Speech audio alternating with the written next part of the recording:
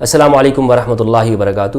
پاکستان کی جو موجودہ حکومت ہے وہ اپنی کابینہ کے ساتھ حکومتی اخراجات پر جب سعودی عرب گئے اور وہاں پر مختلف ملکوں سے آئے ہوئے لوگوں نے ان کو جب دیکھا اور وہ غصے میں اور انہوں نے ان پر چور چور کے نعرے لگائے، تو اب وہ سارا کا سارا الزام ہمارے پاکستان کے جو ایکس پرائم منسٹر ہیں جناب عمران خان صاحب اور ان کے جو ہم رفقا اور قریبی لوگ ہیں ان پر یہ الزام لگایا گیا اور کہا گیا کہ یہ گستاخ رسول و توہین مذہب کی ہے اور ان پر پاکستان میں FIR کی گئی۔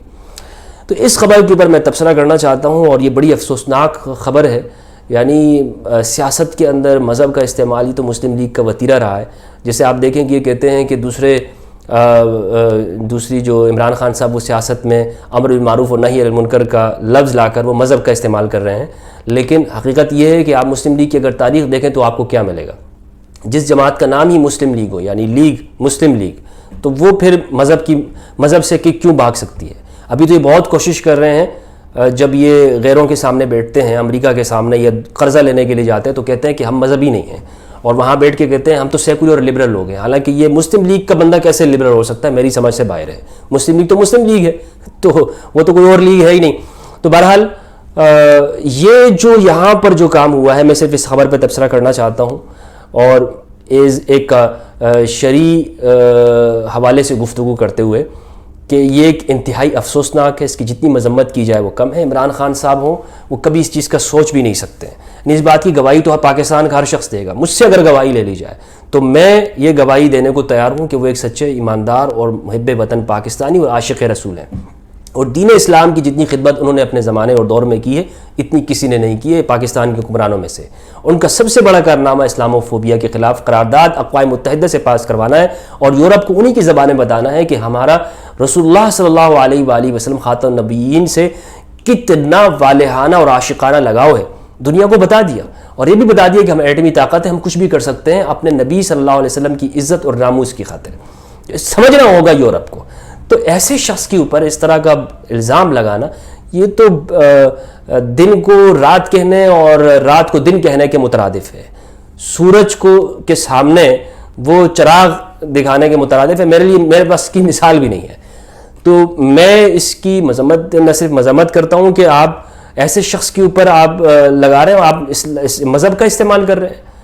کسی بھی صورت کے اندر آپ اپنی سیاست کریں، لیکن اس سیاست کو آپ لے جا کر مذہبی چیزوں، آپ کے پاس کوئی اور کچھ ہے نہیں تو آپ مذہبی چیزوں کے ذریعے سے اس چیز کا ان کا احتساب کریں گے۔ آپ نے پہلے بھی یہ کام کیا ہے اور اس کی ہم سزا بھگت چکے ہیں۔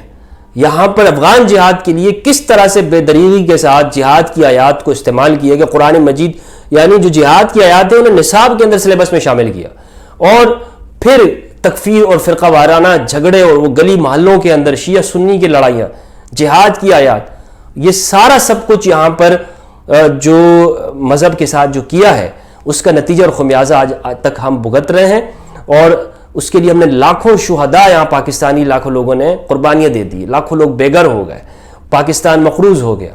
تو یہ غلطی دوبارہ نہ کی جائے۔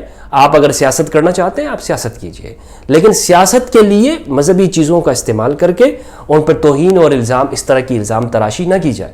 یہ تو وہ ظالم حکمران تھے، ان کا طریقہ تھا، ان کے طریقے کو آپ یہ استعمال کر رہے ہیں۔ کسی کے خلاف غداری کا لگا دیا، کسی کو کہہ دیا کہ جی دین سے نکل گیا ہے لہذا اس کو قتل کر دو۔